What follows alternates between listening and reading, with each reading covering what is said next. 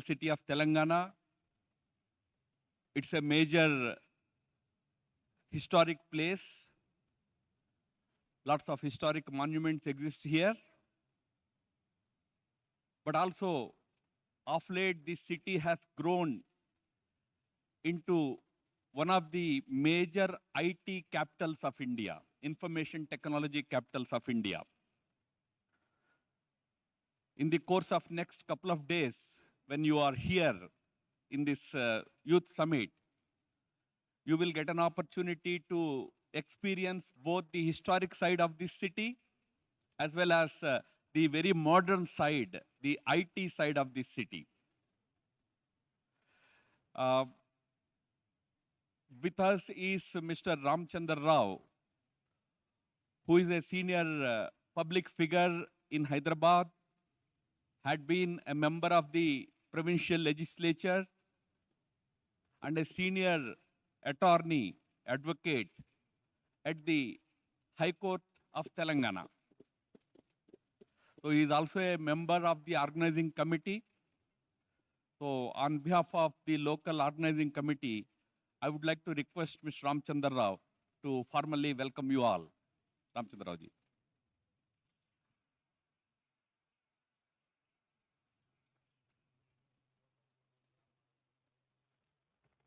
Sri Ram Madhavji, members, the delegates who have come from various countries here to Hyderabad, I, on behalf of India Foundation, welcome the delegates for the 4th ASEAN-India Youth Summit. As just now Mr. Ram Madhavji has said that Hyderabad is a mixture of ancient and modern city. The city has nearly 400 and above years of history. This is 400 plus old city, and we have a lot of historical places here, as mentioned by Sri Ram Madhavji. And you will witness Hyderabad has got a very beautiful weather. People are very friendly, and people are supposed to be very hospitable here, hospitable. And then, more than anything else, Hyderabad is also known as cosmopolitan city, where you will find the culture of all the India, not only the country, but also from people coming from abroad. As it is an IT hub, people from different parts of the world come here, either for the business or for any other transactions or any other purposes here. And everyone, for them, Hyderabad has been a fascinating city. As Hyderabad has got more than nearly 1.5 crores of population, and we are outside the city here now. And this part of the Hyderabad is also a beautiful place where you have lakes here. Tomorrow we are also going to some lakes, tomorrow or day of tomorrow. And I hope all of you will enjoy the Hyderabad weather, Hyderabad hospitality, and Hyderabad food. It is also known for Mughlai food. One thing I would like to add and conclude, that Hyderabad, though it has got more than 400 years of history, the state of Telangana is the youngest state in the country. This is the 29th state in the country, and Hyderabad, being its capital, welcomes you all. And this is a privilege for the Hyderabadis, people living in Hyderabad, privilege for the Telangana state, and privilege for Hyderabad to have you all here this evening and 4 days. I hope these 4 days here, you will see the insight of the Telangana and also Hyderabad, and I'm sure you all will love this place. I once again, on behalf of India Foundation and the Ministry of External Affairs, welcome you all to Hyderabad. And if you have any problem, any issues, kindly be free to contact us. We are here to help you out. Thank you. Thank you once again. Thank you very much. Thank you, Ramchander Rao ji. Friends, Ramchander Rao ji has mentioned about the population of this city, but he said it in a very Indian way, 1.5 crores. Just for the benefit of our ASEAN friends, That means this city in which we are hosting this event today is 3 times the size of the population of Singapore, almost the size of the entire population of Laos, and it is 15 million, 30 times the size of Brunei in terms of population. So you are in such a big city here. This is a very informal session now. We are not doing any formal session. This is an informal introductory session. You know, we call it as ice-breaking session, just for you to get acquainted with what is going to happen and what is the whole program and all that. Our formal inauguration will happen at 7 o'clock today, 7 p.m. One of the very senior ministers from the government of India, minister in charge for culture, tourism, and we also have a region called Northeastern region, very close to ASEAN countries. This particular minister is in charge for all those region development also. So he will be with us at 7 o'clock when we will have the formal inauguration of our conference.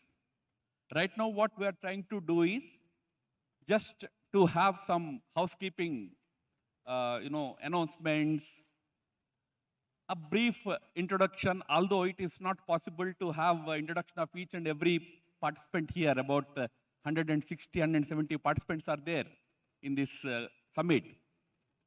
So individual introduction may not be possible. That you can do during the interval time, informally with each other. But what we will do is, I will take the name of each country. The delegates of that country have to just rise at their place and greet in your own mother tongue. Is that okay? I mean, in whichever language you greet in your country, you have to do that. I am giving you a minute time to think about what is that greeting. Meanwhile, I am also happy to let you know, all the delegates here, that we have a delegation of senior media personnel from ASEAN countries. They are on a visit to India and they are here today just to witness the inaugural session. So we also welcome our friends from the media fraternity from different ASEAN countries. We will now proceed with country introductions. Just when I mention the name of the country, please all delegates rise. Any one of you can mention that how many delegates have come. And you please greet all your colleagues in this hall in your local language, mother tongue. So we will start with this southernmost country, Indonesia.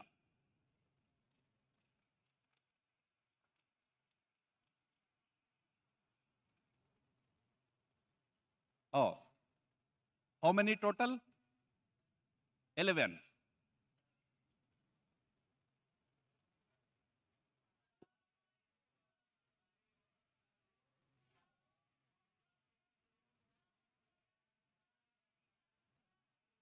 Very good. Thank you. By the way, Indonesia is of course, the largest ASEAN country, as we all know, with almost 250 million population, biggest country. That's why the contingent is also the largest. We have 11 members from Indonesia. That is the largest contingent. Yes, thank you. Next, Malaysia. Malaysian delegates, please.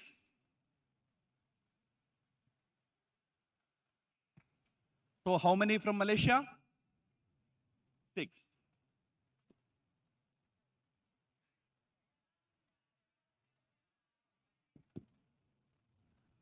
Thank you. Then Brunei. Acha, Brunei people should not be angry that I said you are a country with small population. Don't get angry. You are a beautiful country. Yes, how many from It's Brunei? okay.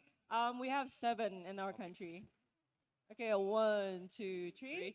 Assalamualaikum warahmatullahi wabarakatuh. Selamat petang. Apa kabar kita? Thank you. Thank you. Thank you. Then Singapore. Singapore delegates, please. How many first? Just give the number. No, Singapore, 4. We have 11 people. 11 from Singapore? Yes. Oh, yes. okay, good. You are also 11. All from Singapore. So we have 4 languages that we will incorporate because our nation believes in 4 different cultures and races. And that's how we are going to greet our welcome. All right? Guys, are you ready? Yep. Yes, we're somewhat ready. We just came out with this. Okay, 1, 2, 3. Vanakkam, ni hao, salam sejahtera, and a warm greeting to all our ASEAN and Indian friends. Thank you. Then we move to Vietnam. Vietnam delegates, please. Okay. Oh, you are all not at one place. Maybe they can join. You are also Vietnam from delegates? Can they join here? Hello, we are come from Vietnam and we have 10 delegates. So, okay, you guys ready? Okay. Xin chào, chúng tôi đến từ Việt Nam. Thank you. Thank you. Thank you. So how many delegates from Vietnam? 10. Okay, thank you. Cambodia. Come closer.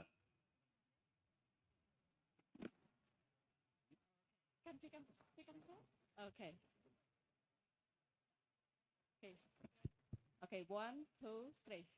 ជម្រាបសួរតើអ្នកសុខសប្បាយទេទេពួកយើងមកពីប្រទេសកម្ពុជា Thank you. How many delegates from Cambodia? 10. Okay, thank you. Lao PDR? This side, yeah.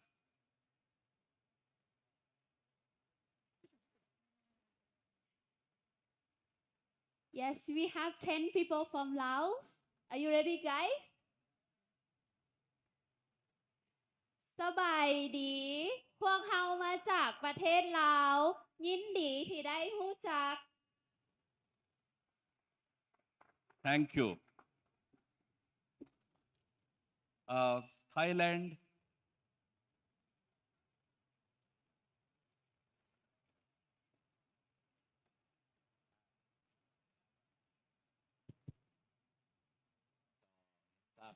สวัสดีครับ สวัสดีค่ะ ยินดีที่ได้รู้จักเพื่อนอาเซียนทุกคนนะครับ ฝากเนื้อฝากตัวด้วยครับ ขอเสียงปรบมือหน่อยครับ Thank you. How many delegates from Thailand? 10. Okay, wonderful. Myanmar, please. Myanmar, yeah.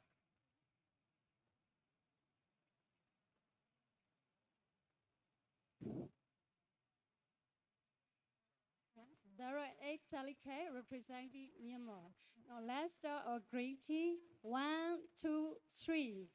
အားလုံးပဲမင်္ဂလာပါကောင်းသောနေ့လေးဖြစ်ပါစေမြန်မာနိုင်ငံမှာကြိုဆိုပါရစေ Thank you.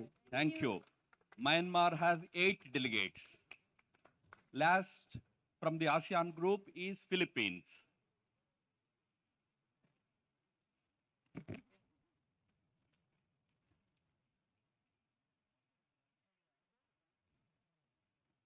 First, the number of delegates, then your greeting.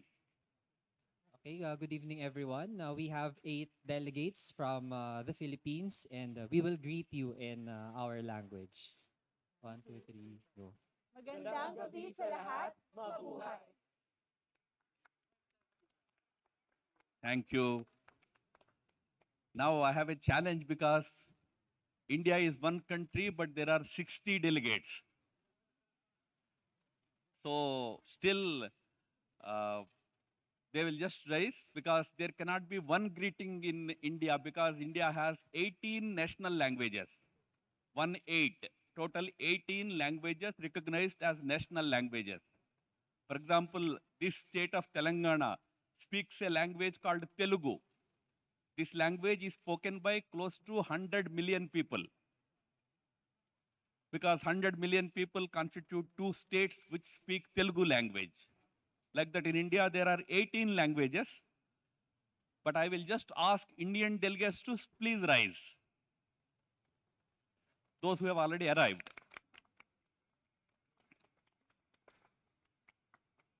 Thank you. Thank you. So friends,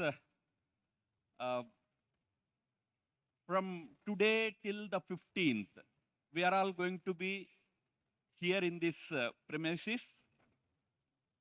This is a resort. It's a big one. So first and foremost is make sure you don't go somewhere from where you cannot find this way back to this place. This is a very large premises. So better to carry this badge all the time because sometimes even if you have any language related difficulty with local guys, if they see this badge, they will guide you to this place, back to this place. This property has number of different recreational facilities also. If you have time, you are free to enjoy those facilities. They have nice swimming area, many other recreational activities.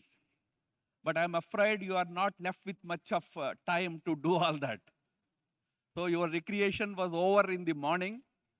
So you had a nice outing in the morning at the Adventure Club. Next 2 days, we will have probably a little hectic schedule for us. So please follow the book. This book has got detailed timetable. Follow this timetable and come to this hall whenever there is an event or there is a session here. We will have all the main sessions in this hall, but there will be 3 sessions which will be in a breakout format. We will be split into 3 groups and we will have group discussions. 3 such group discussion sessions will happen. The place for our group discussions will be announced to you later, but just when you go out to your right, there is again an arch which says parallel sessions venue. It is there that our parallel sessions take place. In your program book, there is this mention that parallel sessions. Those parallel sessions will happen in that building which is just adjacent to this building. For the benefit of the delegates to generally understand what is happening and if you have any doubts to get clarified and all that, we have a system of mentors. Each country will have one mentor. You have any difficulty or if you have any query, you can talk to that particular mentor. He will be constantly available to you. He will be with you in all the sessions. With that country, a few Indian delegates also will join. That will constitute one group. That country group, each country will have a mentor. I'm just introducing those mentors to you. Some are already available, others will probably join in the evening. But for Indonesia, Mr. Apurva Mishra, he will be your mentor. Apurva works is a very powerful person. He works in India's Prime Minister's office in the Economic Advisory Council office in Delhi. He will be your mentor for next 3 days. For Malaysia, it is Mr. Sai Kiran. Mr. Kiran, is he around? Okay, he's there, but I think he's outside. He's a corporate guy. He will be there for the delegates from Malaysia. For Brunei, Mr. Jigar. He is also not around. For Vietnam, Miss Rami Desai. Rami Desai is here. She is a distinguished fellow at the India Foundation. For Cambodia, Dr. Ayushi Ketkar. Is Ayushi Ketkar here? She is a faculty in Jawaharlal Nehru University in Delhi, JNU. She is around, she will be there. For Lao PDR, Mr. Siddharth Singh, a senior research fellow, he is standing behind. He will be there. He is with India Foundation. For Myanmar, Mr. Rajat Sethi, he is also around, he will come. For Thailand, Dr. Anima Sonkar. He is again a faculty in Delhi University, she will be there for Thailand. And for Singapore, Srishti Pukrem, Srishti, who is the main coordinator for this event, she is also behind, she will be there. For Philippines, Hamsa, she is also around, she will be there. She is there. So these will be your mentors. They will spend time with you tomorrow evening for a debriefing, but otherwise, after the session, you can generally connect with them. We have a couple of tourism events also built into our schedule. Hyderabad is famous for a huge lake called the Hussain Sagar Lake. That lake is by itself very beautiful. Big lake right in the heart of the city, middle of the city. But in the middle of the lake, there is a very tall Buddha statue of Lord Buddha. So it's a very major tourist attraction here in Hyderabad. So on the evening of 14th, we will all be going there. Our buses will take us there. And in the lake, obviously bus cannot go in the lake. So we will have steamers taking us to the statue. So all delegates will go to the statue, spend time, you can take pictures and all that. And we'll have dinner also outside only and then return a little late in the evening. I'm sure you will be prepared for that. By the time we come back, it will be maybe close to midnight. And on the last day, on the 15th, we will check out from this place in the morning after breakfast, put our bags in the buses. Then we will go on a day-long sightseeing tour. We first go to Charminar. How many of you have heard about Charminar, especially ASEAN delegates? Some of you have heard. If you Google Hyderabad, the first tourist attraction that comes out is Charminar.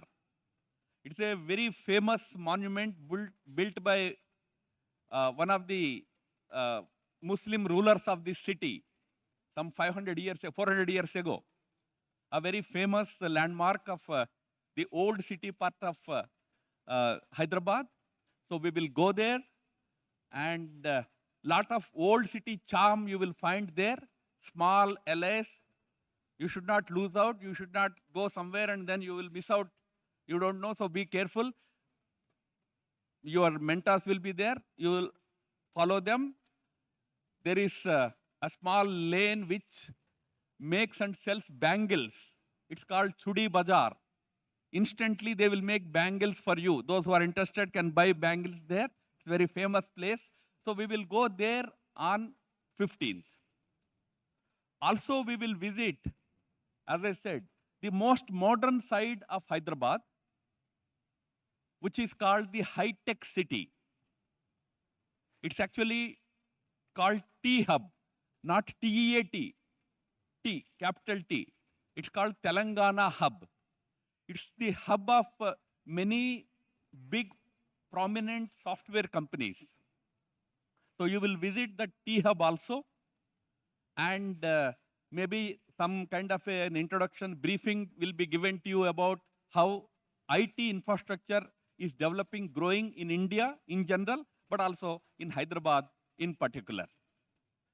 So we will have this tour of the city. From there, we will head to the airport. By dinner time, we will be in the airport. We will have our dinner and take our flights back to our respective countries. And Indian delegates also will take the flights back to their respective cities. That is how the 2-day, 3-day program will be for us. A couple of minor pieces of information for you. Firstly, tomorrow and day after, in the mornings, you will find in the program that we have special yoga sessions. How many will be interested for yoga? Morning 6:30 though. Okay, some of you are there. How many will be interested in Zumba dance? Okay, so you will have instructors for both. Those who are interested in yoga can go to the yoga location. Those who are interested to do some Zumba practice, they can go to the Zumba place. Both programs will happen simultaneously from 6:30 to 7:30 in the morning tomorrow and day after also. So please benefit from the trainers that are available. 2 days is enough. Afterwards, you can practice it in your own places later. Similarly, we will have cultural programs today evening and tomorrow evening. Today's cultural program will be by 4 sisters coming from Nagaland in India's northeast. Nagaland is a state just next to Myanmar. Nagaland and Myanmar share a border. Nagaland is India's remotest border state. It has tribes which also live in Myanmar side also, like Chin tribe. Many other tribes live in Nagaland. 4 sisters from Nagaland, they have a very nice music group, music band. They will be performing today evening.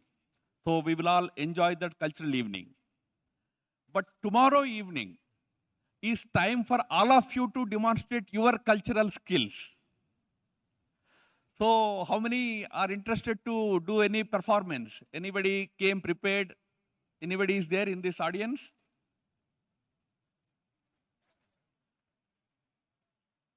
You are Indonesia. Cambodia. Yes, Cambodia is there. Any other country?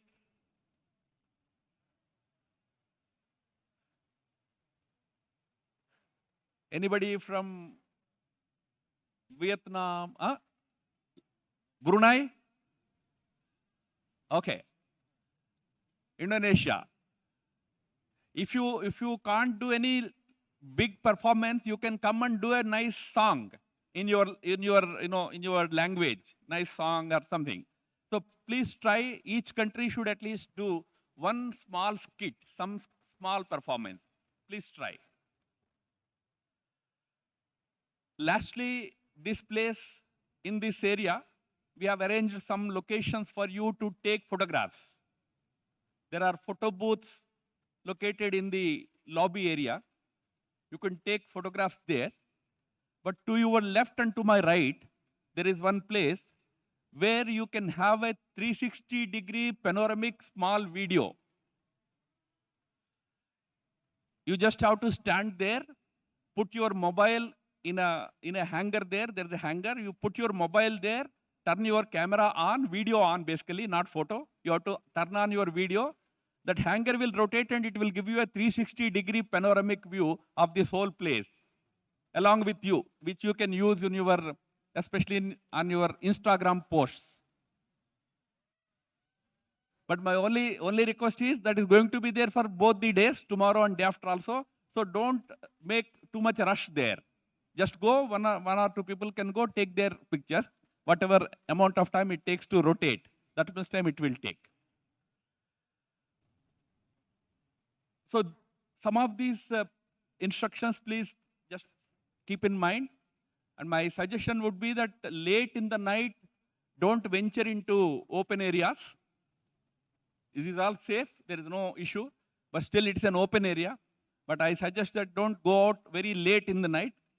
Late in the night, you can roam around in the vicinity of this building. This is their convention center. Here you are free to roam around. Daytime, you can go anywhere. There's no problem. So please take care of yourself well. Finally, if there is any medical exigency, there is a full medical team available at this place. If you need any medical related help, you can reach out to our reception area, then they will help you. Doctor and team are available here. I hope they won't have any work here. You all will be happy. You will all enjoy the facilities here. So some of these instructions I thought as an introduction I will give to you. Now we will move into country presentations of some of the countries. In the program schedule, we have already given the names of a few countries. So I will call the name of the country, and whoever is going to make the presentation about your country, you just have to come up and use the podium and do the presentation. Can we then start with the Laos PDR?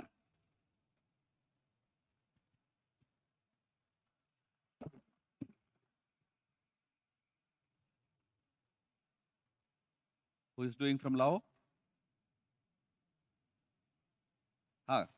Come.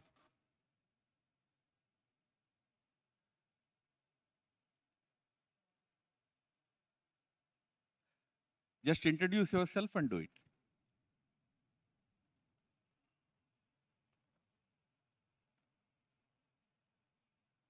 Is it a PowerPoint? Is it a presentation? Okay, you prepare it. We will do it afterward, but you prepare it. Prepare the presentation. Okay, Indonesia. Who is doing from Indonesia?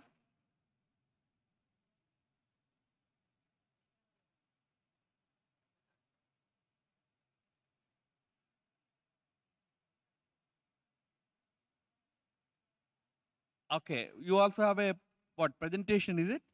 Oh, okay. Then Cambodia, do you have presentation or oral? You have a presentation or you are doing it orally? You have a presentation also. So you all have to prepare the presentation quickly. Oh, all of you have presentations. Then come and start connecting them. India also has presentation? India is ready? You are ready? Okay, come, start with India. What about Brunei Darussalam? You are also having a presentation or you are also having? So those who are presenting, please come and get it ready. Come to this side. Meanwhile, we'll start with India. Apur, बाकी का तैयार करो. Presenters of each country should go and get their presentation ready.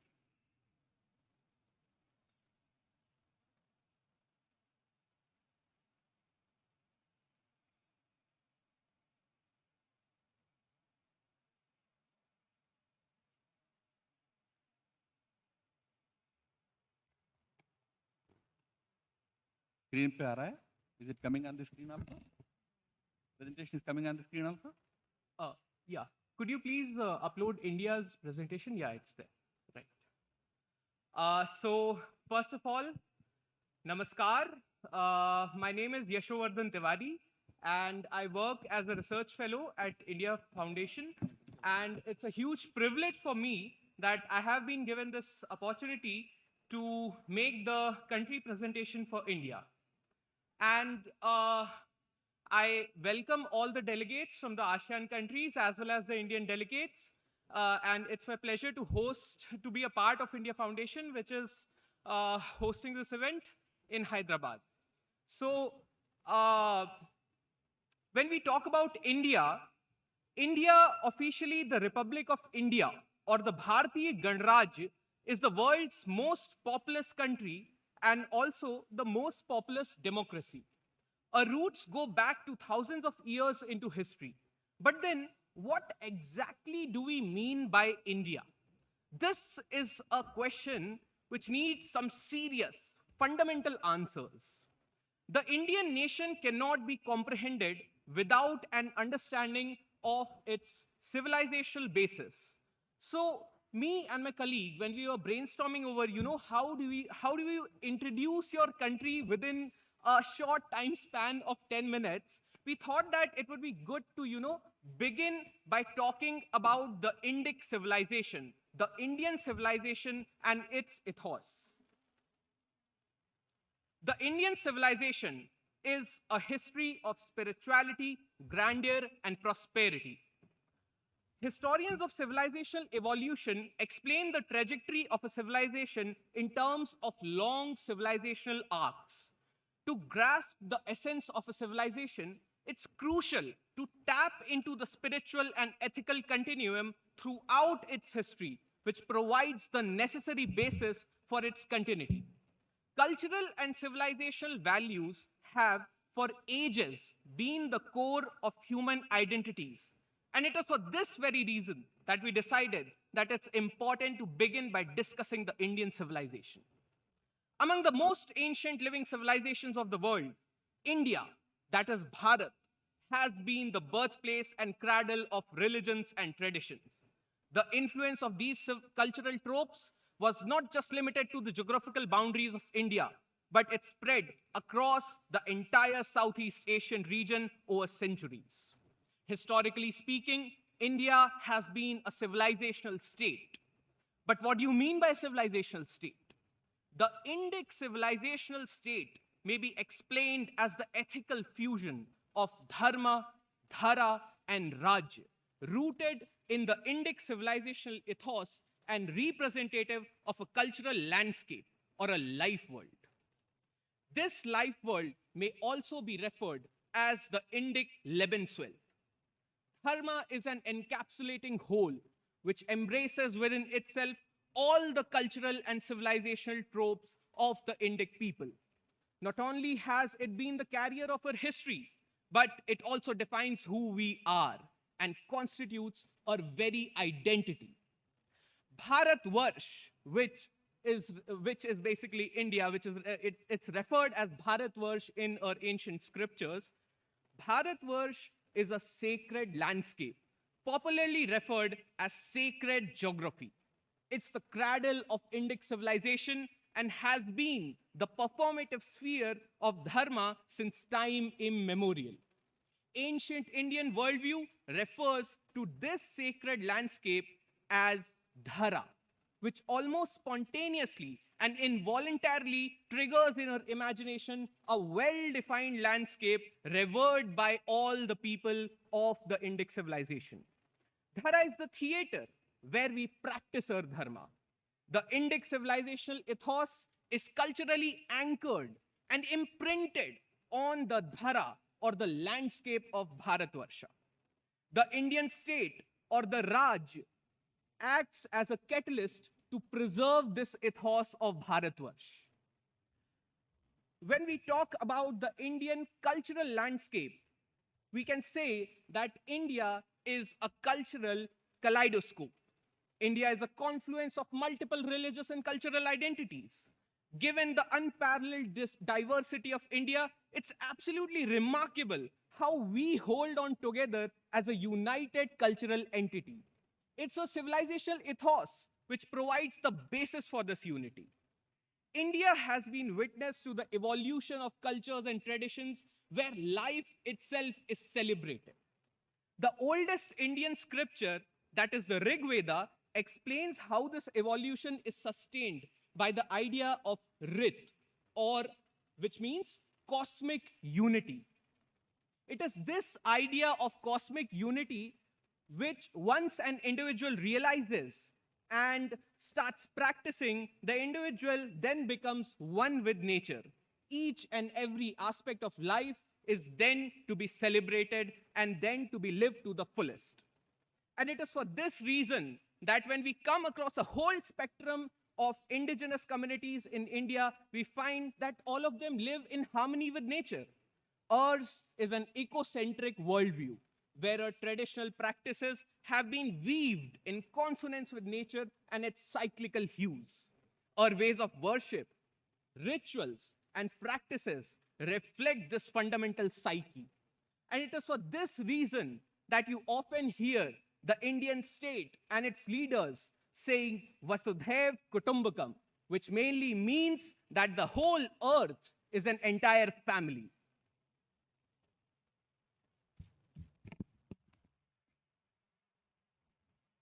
The Indian democracy is a center point of the Indian lifestyle.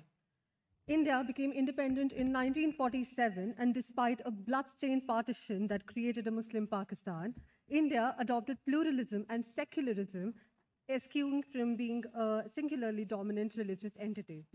It adopted its first constitution in 1950 and went to polls 18 months later. India also adopted the universal adult franchise, which was very, very rare for a developing country to accept in a time where even countries like Switzerland, the dystopia of the Western civilization, weren't even thinking about it. India's government is loosely modeled on the British Westminster system. It consists of a president as the head of the state, an executive headed by the prime minister, a legislature consisting of a parliament with an upper and lower house, the Rajya Sabha and the Lok Sabha. Along with it, a judiciary which acts as the Supreme Court on all judicial matters. 543 members are elected to the Lok Sabha as through a first pass and post general elections held every 5 years. State representatives are indirectly elected to the Rajya Sabha on a staggered 6-year term. So, every 2 years, around 1/3 are changed, elected by the state legislature. India, like most emerging democracies, has faced every problem known to most nation states. It's faced political corruption, scandals, natural disasters, rampant poverty, malnutrition, and crime. But India still finds the resilience to go ahead. Most developing countries became independent around the mid-20th century. They fell prey to tin pot military dictatorship. In India, unlike its neighbors, the military has been an institutional design which has been disallowed from intervening in domestic politics. The paragon of India's democracy is the Supreme Court that has never had to intervene in political matters. The practice of democracy in the 21st century remains robust in India, with significant presence of multiple parties, lawful handovers of power, and regular electorate events. The 2019 Lok Sabha elections saw the highest voter turnout in Indian history at 67.1% across 542 constituencies. As the world's largest democracy with 1.4 billion people, India is an indispensable actor for democratic cooperation beyond the West. More than a moral issue, India sees democracy as a factor that can facilitate convergence with fellow democracies.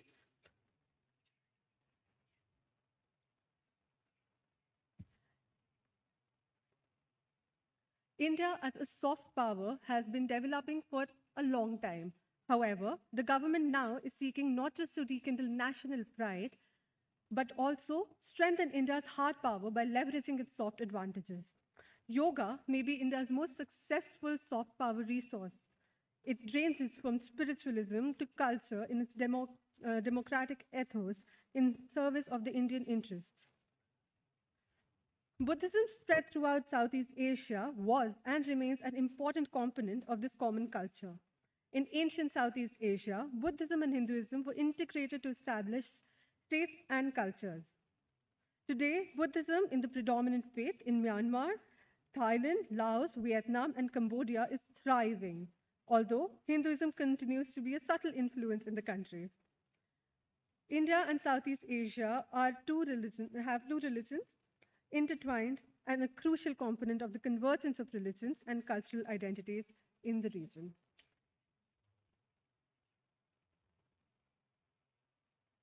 So whether we talk about India's democracy, India's civilizational ethos, or India's cultural diplomacy, India is an emerging civilization, has been an ancient civilizational state, an emerging modern civilizational state, and a powerful economy which looks forward to cooperate with all the ASEAN nations and develop cross-cultural civilizational dialogue.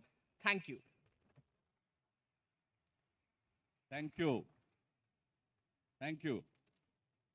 So, who is ready now?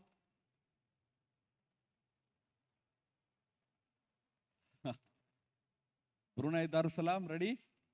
Yeah, come. You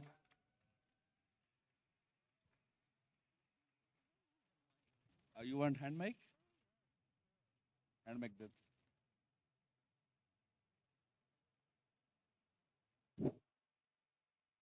One, two, three, testing. Good evening and good afternoon, everyone. Hello. Okay, it's working. Hello, Shazwan. Hello, and hello, everyone, and a good afternoon. My name is Amar, and your name is Shazwan. Hello. Okay, before we start, Bismillahirrahmanirrahim and Assalamualaikum. Apa kabar, Biskita? Can I have the presentation slides?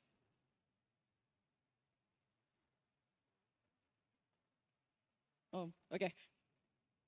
While waiting for that, my name is Amar, and it is an honor for me to introduce myself and also presenting my country presentation as well. Okay, most of you would probably know where Brunei is, but for those who do, You have it ahead of you, in front of you. all right. Yeah. Oh, thank you so much. All right. So most of you probably know where Brunei is, but those who do not know where Brunei is, can you go back first to the slides? Most of you who do not know Brunei is, we are on the continent of Borneo, which sits between Malaysia and Indonesia. Where's my Malaysian at? Where's my Indonesian at? Hello, neighbors. Hi. So Brunei, or in translation, is Baruna, and English translation is there. Literally, Brunei's English translation, it means there. It was discovered by 14 siblings, where it began when Awang Alak Betatar, pardon? Oh, thank you. Can you change for me? Sure. He's my assistant, thank you.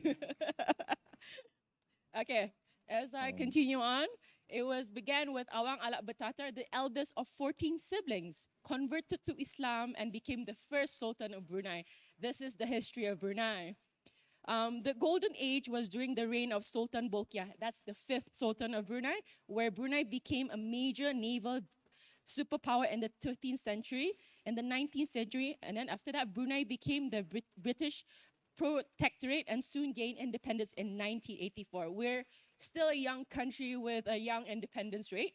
And then also Brunei celebrates its Independence Day on the 23rd February. Fun fact, on the 23rd of February, I will be one of the oath bearers that will be doing their oath in front of the Sultan of Brunei during the National Day. I was one of the nominated for the Youth Council in Brunei as well. So moving on, we are gonna go talk about the 7th ethnicity. Ethnicity is like, in Malay, it's called Puak. If I'm trying to make sure that it's more identified, it's more of a tribal base in Brunei. So can you see here? This is the 4th district of Brunei. As mentioned, Brunei is quite a small country, like Singapore as well. So we only have 4 districts, which is the Brunei Muara, the Belait, the Temburong, and Sol Tutong. So these are the 7th ethnicity of Brunei, which is the Belait, Dusun, Tutong, Melayu Brunei, Bisaya, Kedayan, and also Murad. Fun fact, most of these tribes have same and common ancestral tribal gears that is like with our neighbors as well, such as Indonesia and Malaysia. And then on the 3rd slides, let's talk about the political structure of Brunei. Next slide. Okay, with the political structure of Brunei, it is an absolute monarchy ruled by the royal family. Our current sultan is this one, Sultan Haji Hassanal Bolkiah. We have a philosophy called MIB, which is called Melayu Islam Beraja. Melayu Islam Beraja means it covers the Malay culture, the Islamic religion, and also having a political framework in the monarchy.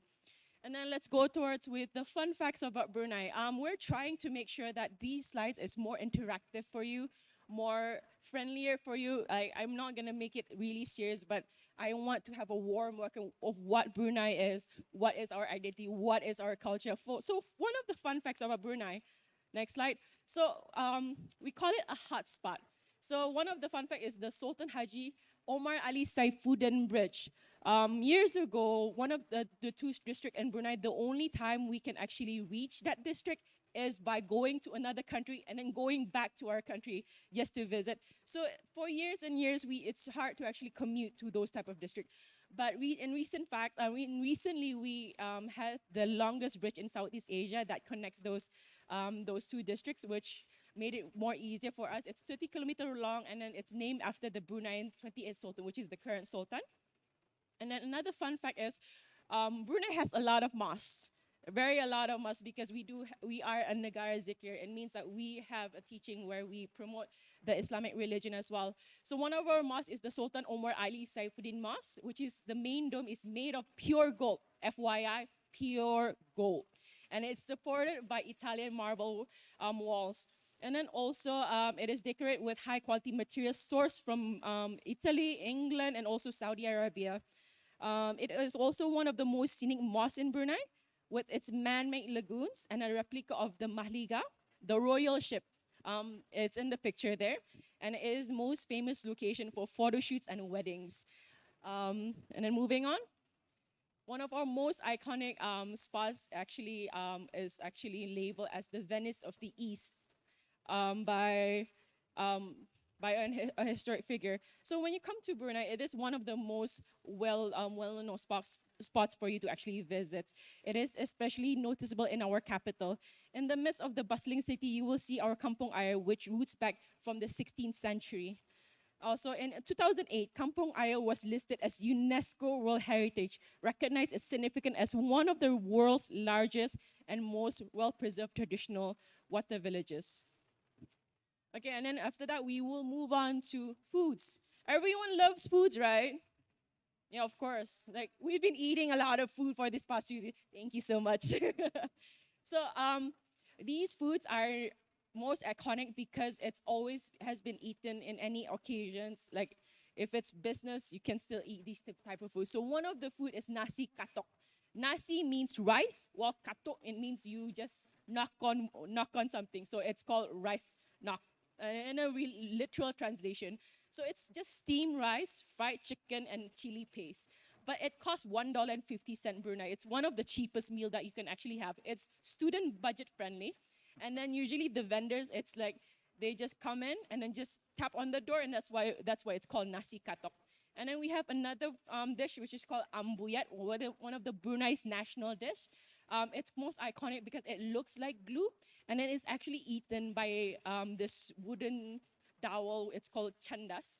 And then we eat it with fermented durian and also fermented small shrimp. And then lastly, we have kueh tapai. It's fermented glutinous rice.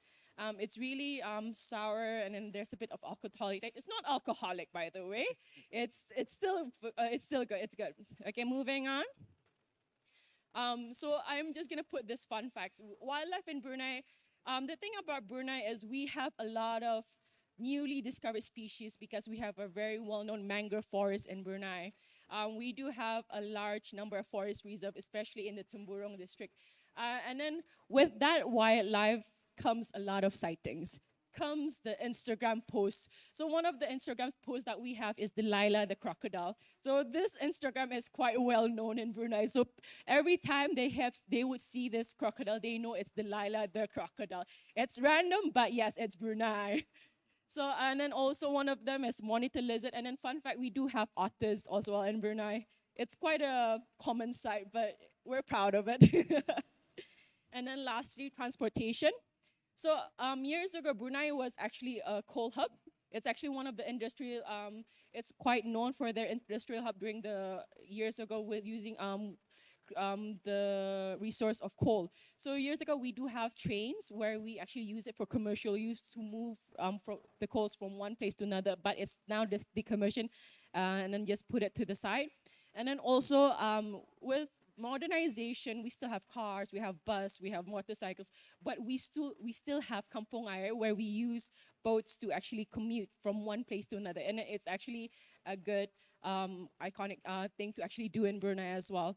And then I shall give the floor to Shazwan. Thank you, Omar. Okay. Welcome. So now I'm going to take over the presentation and I'm going to talk about the economy of Brunei first. So Brunei's economy is mainly reliant on our petroleum and natural gases. And the revenue that we get from this industry is what allows our country to have one of the highest per capita incomes in Asia. But Brunei still relies on imports when it comes to manufactured foods and manufactured goods. So that's why, in a way, for Brunei to achieve economic stability, we try to develop and improve on our other sectors as well, such as agriculture, fisheries, tourism, and financial services as well. And now moving on to our sports and fitness. So football is one of the most popular sports in Brunei. Fun fact, Brunei national team actually won the Malaysian Cup in 1999. And other sports that Brunei includes silat, martial arts, badminton, polo, and sepak takraw, where that sport where you kick the rotten ball to the air, and gasing. And also the local martial arts in Brunei is called Silat Sufyan Bela Diri. So India and Brunei signed a memorandum of understanding in the fields of culture, arts, and sports on the 22nd of May 2008. This MOU includes agreements on cultural exchanges between the two countries in the fields of cultural and sports institutions, and constitution of a joint consultative committee for carrying out the provisions of the MOU. So this is where we can see how there's similar sports between India and Brunei, such as cricket, field hockey, badminton, football, tennis, basketball, and boxing. And these are some pictures of the sports that Brunei is actively involved in as well. And fun fact, Amar is a weightlifter. She can carry me, but I can't carry her. Yeah. Fun fact about myself, I am a CrossFit athlete and also weightlifter. I am also an assistant coach for CrossFit and weightlifting. So after I come back from this program, I will join officially as a registered CrossFit Open. So that's my first competition for this year. So after, like literally on the day that I come back. All right, thank you. All the best, Coming Amar. back to you, thank you. Okay, okay, so now moving on to culture, which is my favorite part because I'm actively involved in this.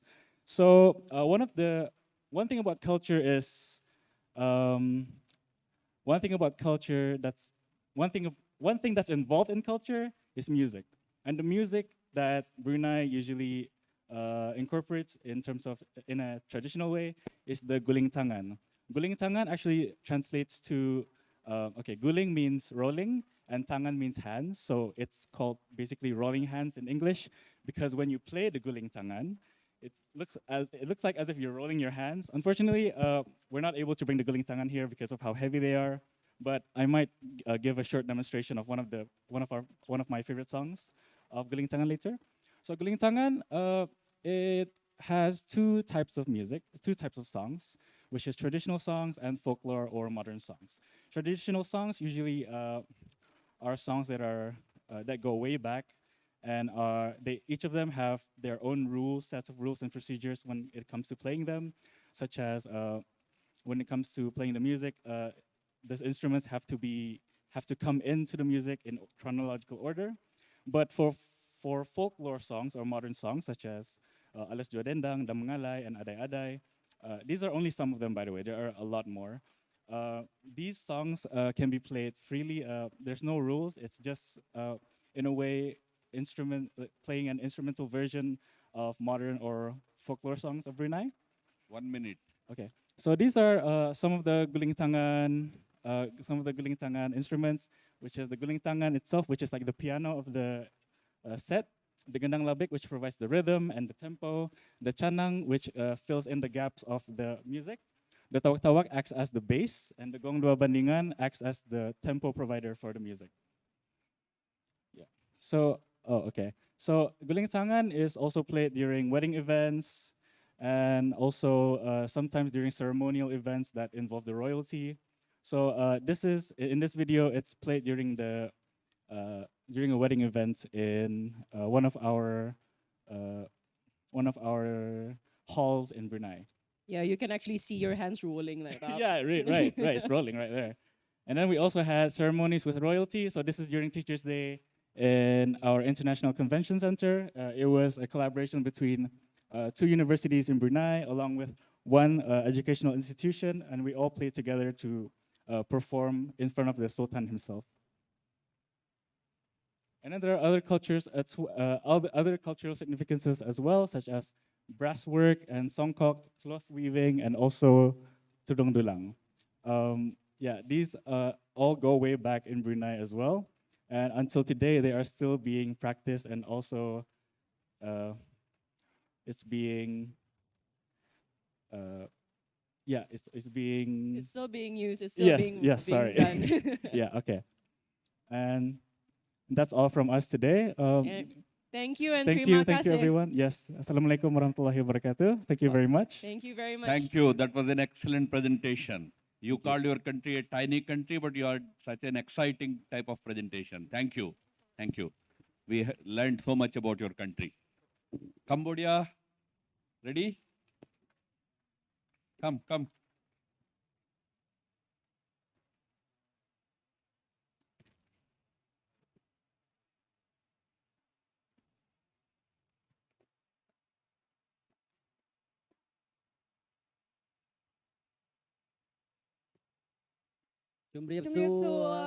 Welcome to Cambodia.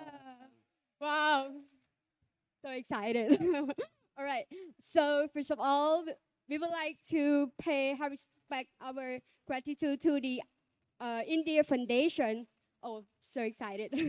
All right, so for hosting this incredible program, and today, and in this moment, we would like to freezing this moment a little bit, and we will bring all of you to visit Cambodia. So let's fly to Cambodia together. Let's go. All right, so let's go with the overview of Cambodia. The population of Cambodia is 60 million, which is comparing to the Hyderabad is 16 million. But the special thing is Cambodia youth is 65.3%, which is a great potential for the economy of Cambodia. And now let's welcome to the neighboring country. And where's Vietnam?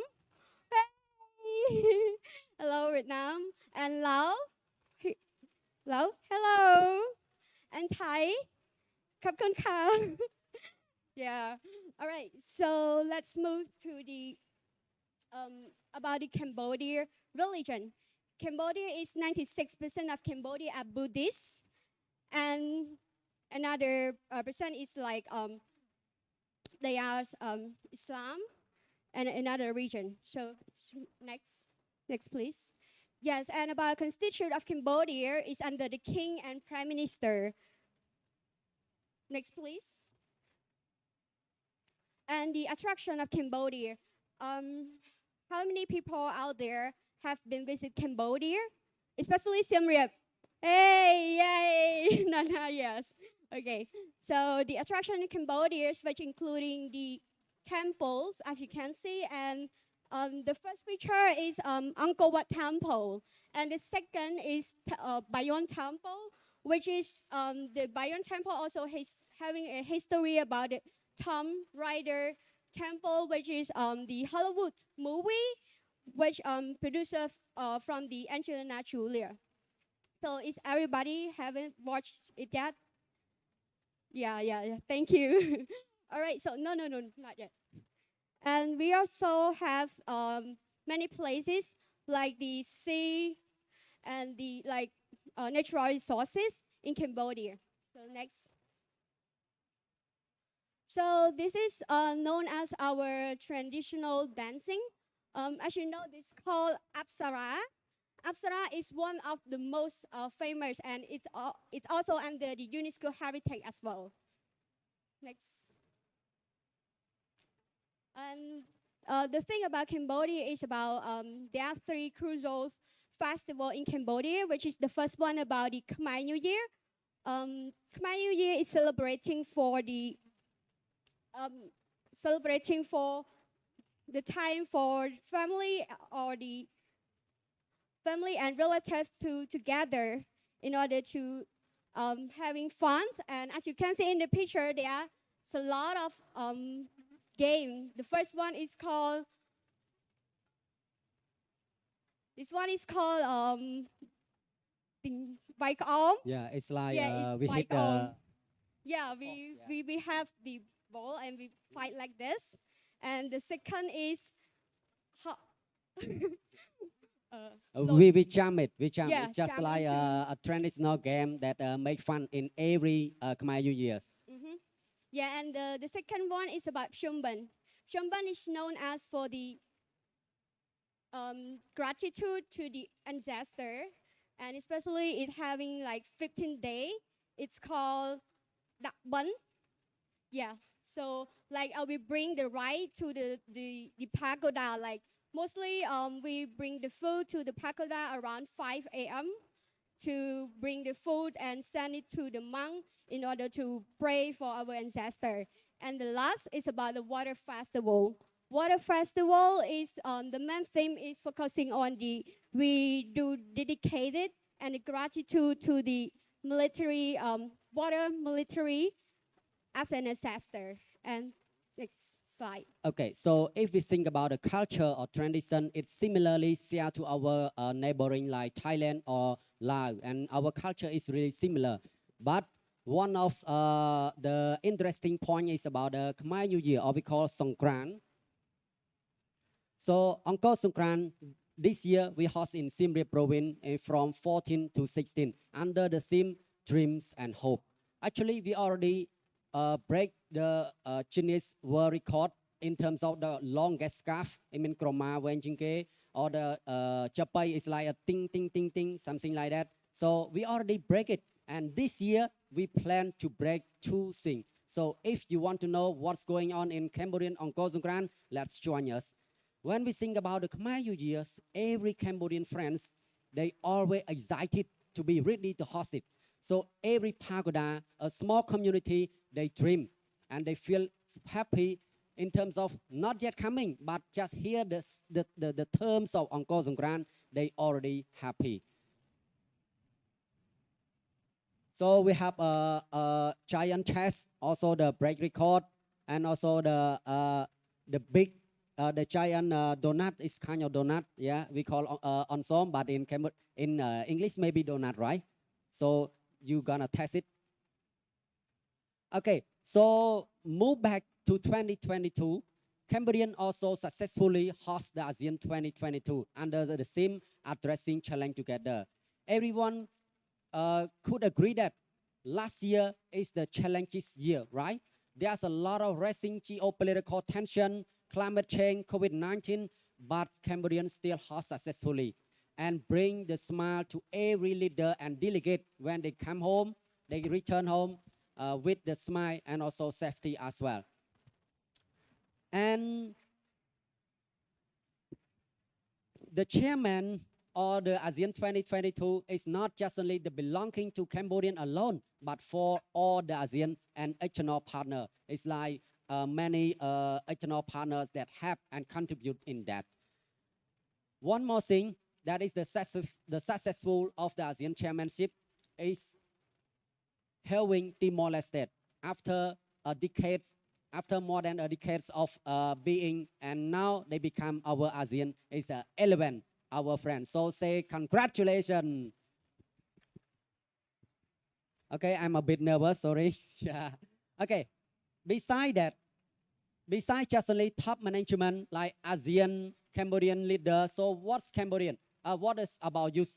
Last year is also the years of ASEAN youth. So Cambodian also create 4 programs for Cambodian and also ASEAN youth to shine on the international stage. The first is about the photo contest, the video contest second, and the third one is the ASEAN Youth Dialogue in Siem Reap province. I do believe some of our delegates also went and joined that program as well. And the last is about the ASEAN Youth Debate. And the winner is Malaysia team. Have you heard about that? Yes, Malaysia team is very amazing at that time, and Cambodian is the second runner. However, this all a program for Cambodian and also the ASEAN youth to shine on international stage, but we need more and more. It's not just only that, right? So this year, we do believe Indonesia will bring more program for all ASEAN youth.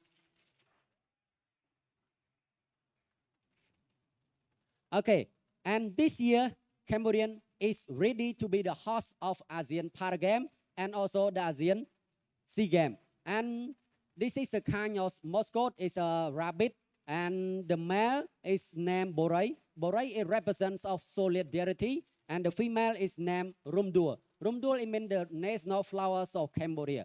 And the rabbit, there is many shape and there is many style, and also the disability of a rabbit as well, but we forget to bring it on. So it means to show and represent all the genders best. It's just only women, male, and also disability. So this year, we ready to be the host of ASEAN Para Game and ASEAN SEA Game. Dear beloved delegates, athletes cannot achieve their goal alone, right? They need help, they need encouragement and support from family, friends, and every Cambodian friend and also ASEAN friend. Therefore, this year, we create the Beyond the Game. Beyond the Game is the social campaign, not just only to represent the host as in Cambodian as a hosting, but also to show behind the stage what's going on. Who support our athlete? Do they have enough money? Do they have training enough? So this kind of contribution, and they also make a heart shape of paper to show their heart, and to show the support to the all athletes. And this kind of social campaign really amazing in Cambodian right now. And I do believe everyone can get some understanding about Cambodian. Okay. So once again, Cambodian is a small country, but it can give you and offer everyone needs in terms of a wonderful vacation with a culture, history, and also the beautiful beach. We are a small country, but we are a big heart. Thank you. Thank you so much.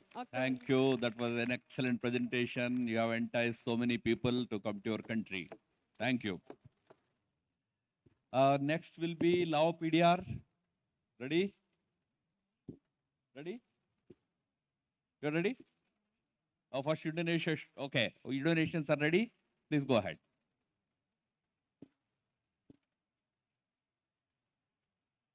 So those who are presenting, just keep in mind you have a screen opposite. That also you can use.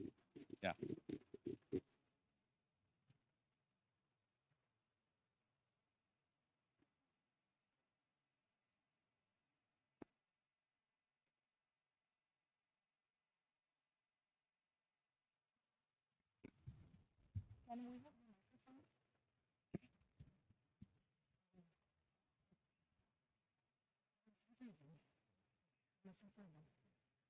Okay.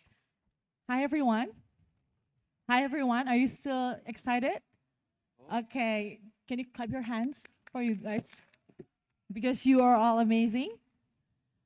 So good afternoon, ladies and gentlemen, excellencies, distinguished participants, and all the delegates. My name is Rodi Saragi. I'm a member of House of Representatives from North Sumatra, Indonesia, and me with my partner. My name is No, Hazmi. Indonesia. I'm from Indonesian Ministry of Foreign Affairs. 1 second. So we second. are amongst 1 10. second. 1 second. Presentation is coming. All right. Lao PDR presentation. Indonesia presentation, please.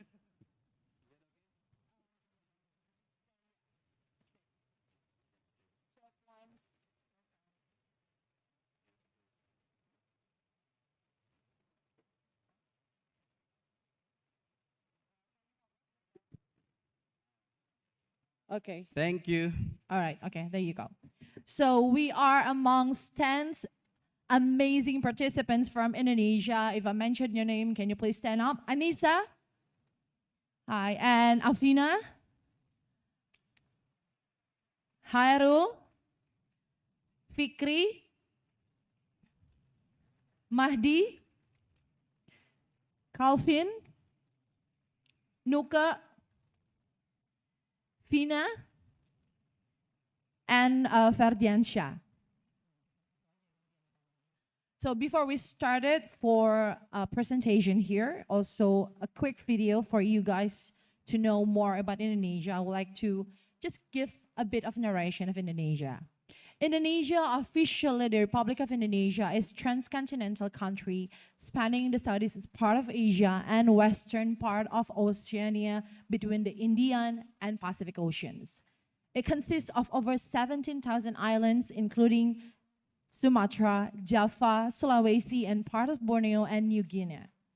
Indonesia is the world's largest archipelagic state and the 14th largest country by area at 1.9 billion square kilometers or around 700 miles with over 275 million people. Indonesia is the world's fourth most populous country and the most populous Muslim majority country. Java, the world's most populous island, is home to more than half of the country's population. Okay, Indonesia is a president state with an elected legislature. It has 38 provinces, which 9 have special status. The country capital, Jakarta, is the world's second most populous urban area. Indonesia shares land border with Papua New Guinea, a maritime border with Singapore, Vietnam, Thailand, Philippines, Australia, Palau, and even India. We also are our neighbors from Malaysia, East Timor, and eastern part of Malaysia, as well as other territories. Despite its largest population in populated regions, Indonesia is a vast area with wilderness that support one of the world's highest level of biodiversity. The Indonesian archipelago has been a valuable region for trade since at the least the 7th century, when the Srivijaya kingdom formed trade links with China. Indonesia's history has been influenced by foreign powers drawn to its natural resources. Under Indian influence, Hindu and Buddhist kingdoms flourished from the early centuries CE. Muslim traders trade in the Spice Islands of Maluku and the Age of Discovery. Following a 3.5 century of Dutch colonialism, Indonesia secured its independence after World War II. Indonesia's history has since been turbulent with challenges posed by natural disasters, corruption, separatism, a democratization process, and periods of rapid economic change. Indonesia also has thousands of distinct native ethnics and hundreds of linguistic groups, with Javanese being the greatest. A shared identity has developed to the motto Bhinneka Tunggal Ika, or as a translation, it means unity in diversity. Defined by many national language, cultural diversity, religious pluralism with a Muslim majority population, and a history of colonialism and rebellion against it. The economy of Indonesia is the world's 17th largest by national GDP and the 7th largest by PPP. It is a regional power and is considered a middle power in global affairs. The country is a member of several multilateral organizations, including United Nations, World Trade Organization, G20, Founding Fathers of Non-Aligned Movement with India, of course, Association of Southeast Asian Nations, as we know, ASEAN, East Asian Summit, DEC, and Organization of Islamic Cooperation. That's it. Now, let's go to the fun part. So, can I have one more microphone, please? Oh, okay. Sorry. So, this is how you can see the international tourism arrival between 2018 and 2022 in Indonesia. Next slide. So, this is from ASEAN country as well from India. You guys are the number 4 of the Indonesia inbound market in 2022. Next slide. I would like to thank with my Malaysian friends for becoming the first arrivals to Indonesia. Thank you, Malaysia. And then we have Singapore here. Singapore, thank you. Thank you. And of course, India, thank you. Yes. So next, okay, this is the top 5 city that has been, been a market in Indonesia. Indonesia and India is the biggest trading partner in South and Central Asia market in 2022. And then we can take a look at here. Before, there is a very significant changes in the new global tourism paradigm before pandemic and after the pandemic.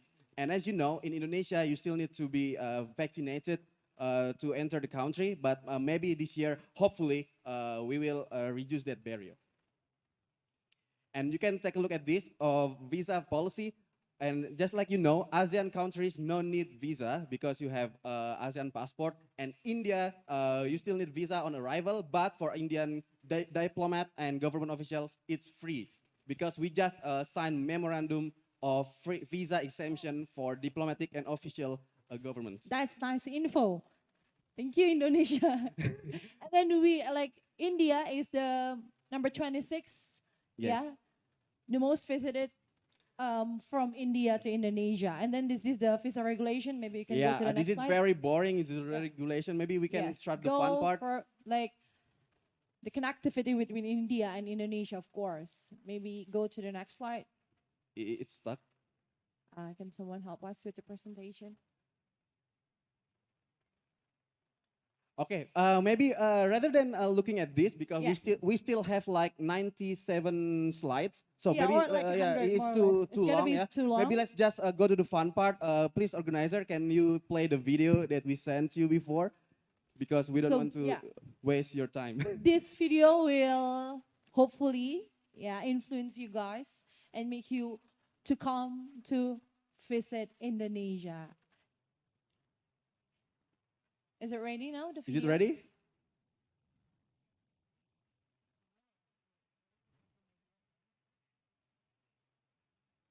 Okay. By the way, we were really pressured by Cambodian friends. Okay. Are you Oh, ready? never mind. I will tell to you later about Indonesian chairmanship in ASEAN. Okay, maybe you but can pause can it for just a moment. watch this. Okay, so we'd like to say thank you for inviting us for this conference. I'm coming from Medan because North Sumatra is Indonesia, has 38 provinces nowadays. And some of us coming from different cities, India and Jakarta. And this video just to show you about our culture and our richness of Indonesia. Okay, please, let's go. Thank you. But this is a 10-minute video. We have to do it for 1-2 minutes. Huh? Rest we can show during recess. Okay, this is just a little bit. I promise you. not gonna be bored.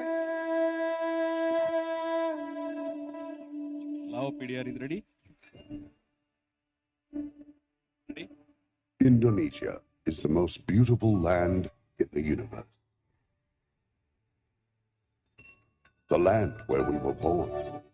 The nation where we grew up. So many colors that live together in peace. With a million timeless treasures. With an abundance of natural wealth. Indonesia is not just wonderful. Indonesia is a wonderland.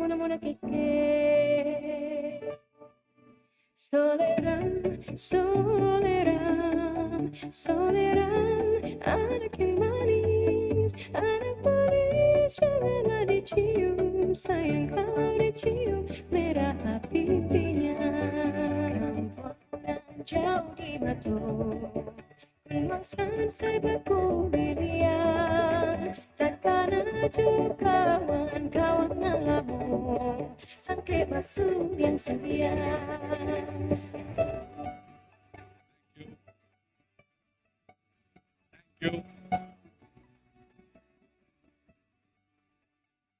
So Indonesia is such a beautiful, diverse and big country. So even 10-minute presentation is not going to be sufficient, but this we will showcase during the breaks. After this session, we will show the full video. Now, Laos PDR, please.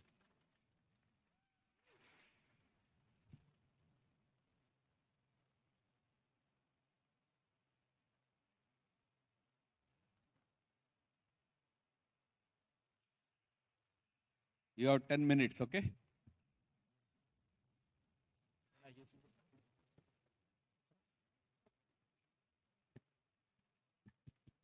Hi. Hi, good evening, my dear friends. Sorry for let you wait quite long time. So welcome to Laos PDR. Yep. Good evening, everybody. So today we are from Laos. My name is Bangon, and My name is Mr. Pedwirai Udon. today we will bring you to Laos PDR. Yes. Yep. Just welcome to Lao PDR. Lao PDR Republic, we have 18 province. Yep. But one province is the capital is the Vientiane capital province. Yeah. Lao PDR only landlocked country is Southeast Asia, share border by Myanmar and China to the northern way, Vientiane, Vietnam to the east, Cambodia to the south, and Thailand to the west. Slides, please. Please slide. Slide, please. Come back. Little bit back. You have the control in your hands. Yeah. Yes. Okay.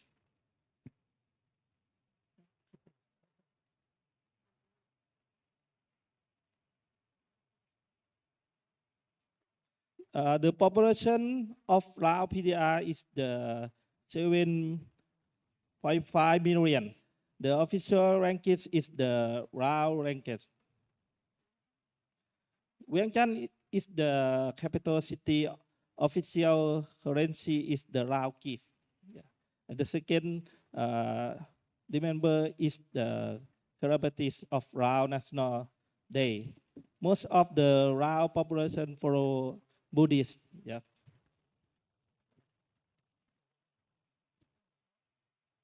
Yes, now let's move to the politics.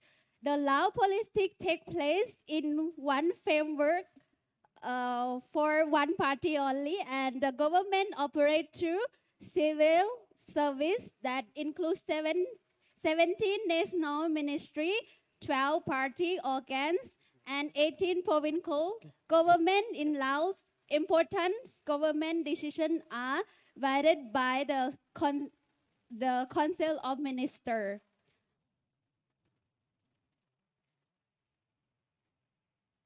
Next, let's move on to the economies.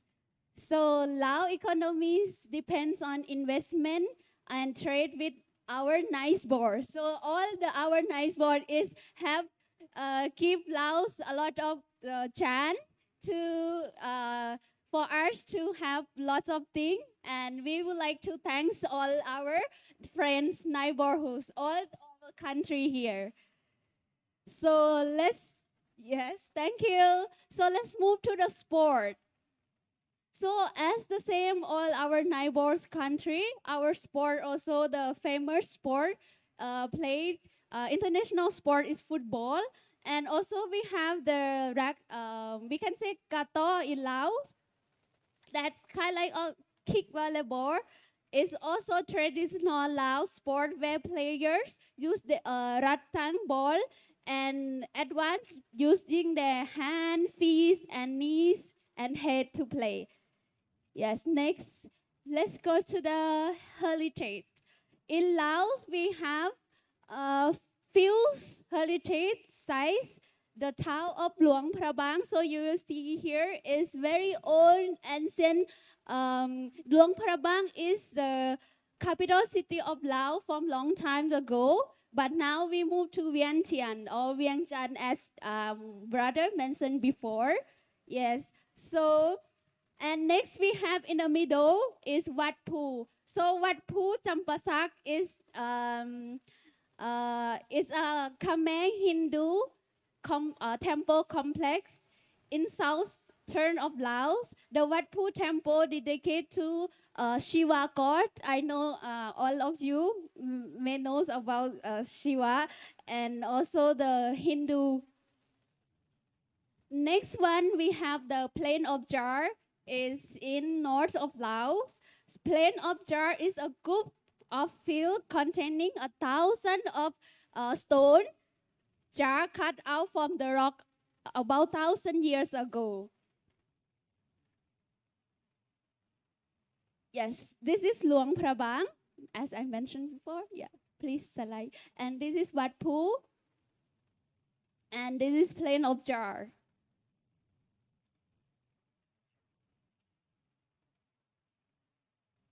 So let's move to the culture.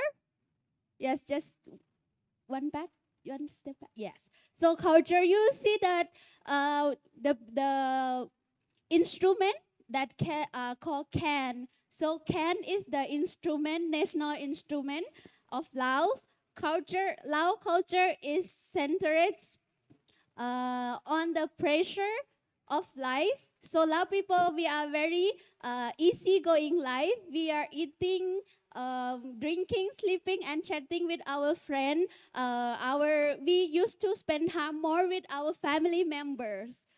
And also a very, very warm, welcoming country with a very smiling and friendly. So this is Phat Luang. So this is That Luang is in Vientiane or Vientiane. So the Phat Luang or Great Stupa, about 40 north of the city center, is a very important national monument in Laos. Its legend has the Ashokan.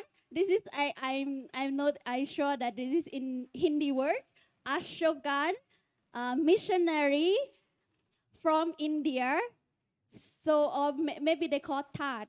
So That means stupa. Here there's to enclose a piece of Buddha beach bone as early as the 3rd century. Now it's quite stressful. Let's go to the New Year. So New Year in Laos, we also celebrated at the same with our neighbor country, but we call it Songkran, right? We also say Songkran, but we say Lao New Year also. So Lao New Year major festival included Laos is celebrated around 13 to 15 April. Involves the water festival. That's same like our country, that the act of pouring water is shown as the blessing and good wishes. It is believed that at this water festival, everything, own thing or bad thing, we remove with this water. We put water to our friend, our family members, mother, teacher, or who we are very love, and we want blessing from them. So next we have tradition costume. So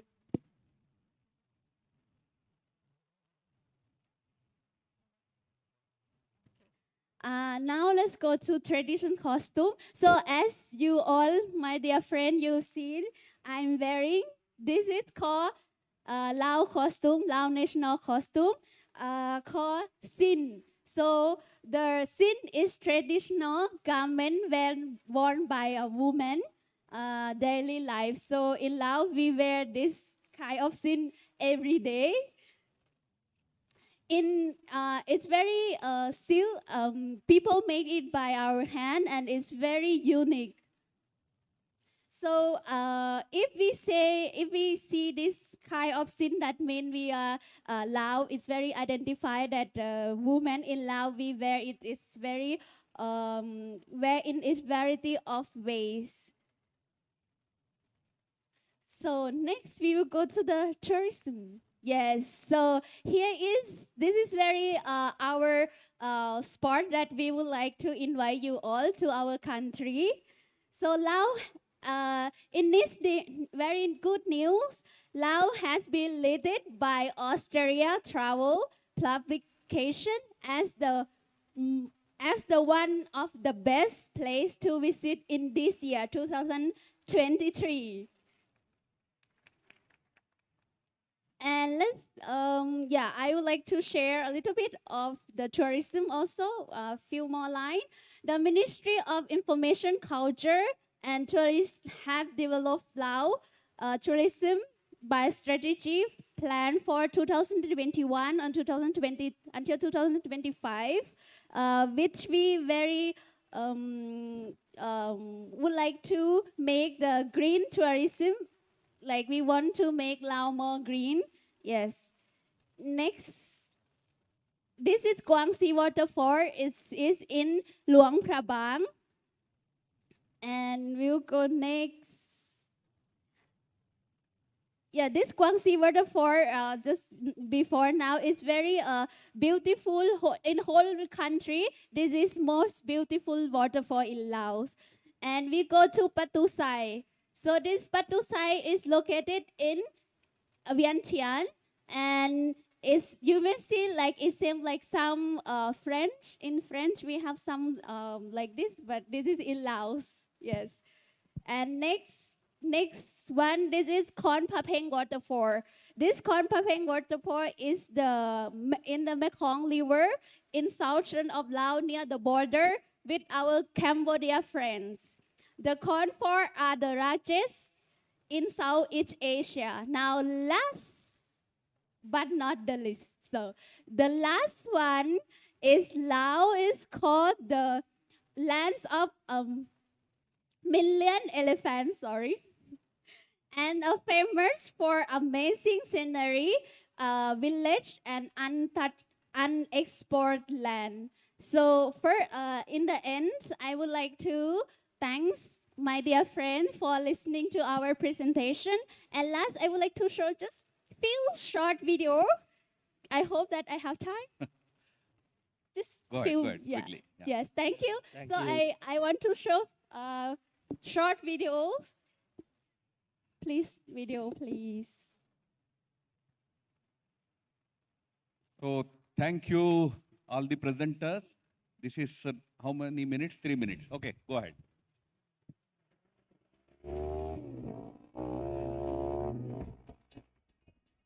I didn't think it was possible. But there's something about you that is intriguingly captivating.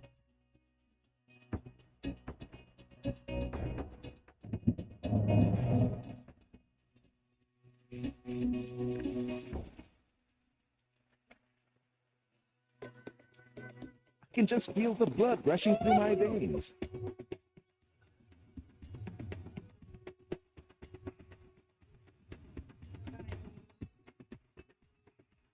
Feel your warmth embracing me. Everywhere, in every way. Maybe it's the way you move.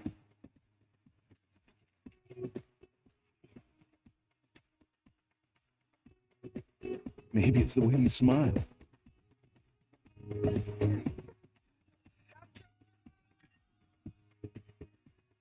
Can't get enough of you.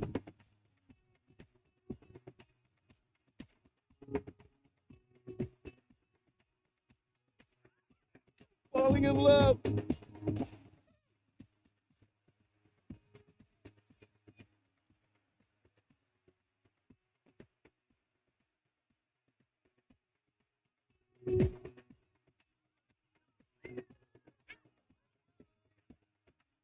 Found love.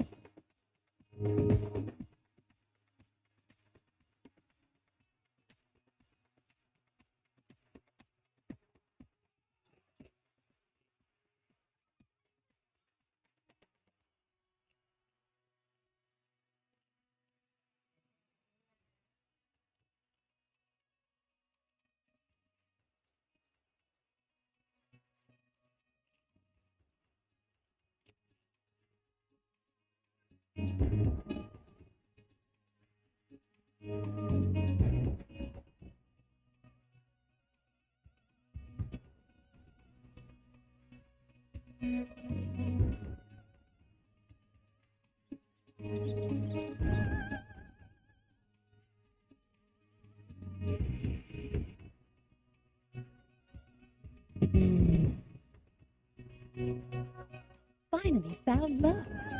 Finally found Laos, simply beautiful.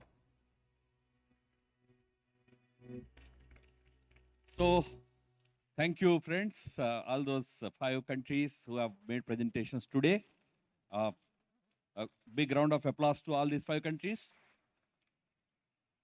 So remaining 6 countries, we will have the presentations tomorrow. So be ready and share your presentations with the organizers in advance so that we won't lose time. Friends, we will break for 10 minutes now and come back after 10 minutes. We're going to have a very interesting session with one of the very renowned achievers of India, a Paralympian and athlete of great renown, Padma Shri Awardee winner of by the government of India. Ms. Deepa Malik ji. So we will have an interaction with her. Then we will have the formal inauguration of the conference at 7 p.m., 1900 hours.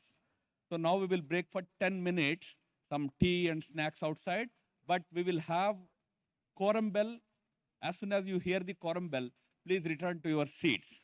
I will just make one more announcement. Keep in mind that I announced that you will have mentors. Mentors have a specific job. For next 2 days, they will assess individual participants. And at the end of the second day, that is on the 14th of February, we are going to announce youth awards. One member, one delegate from each country will receive the youth award. You are all very good. You are the best people.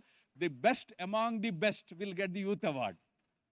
So that will be decided by our mentors. So be friendly with the mentors, okay? Now we can break for tea, back in 10 minutes.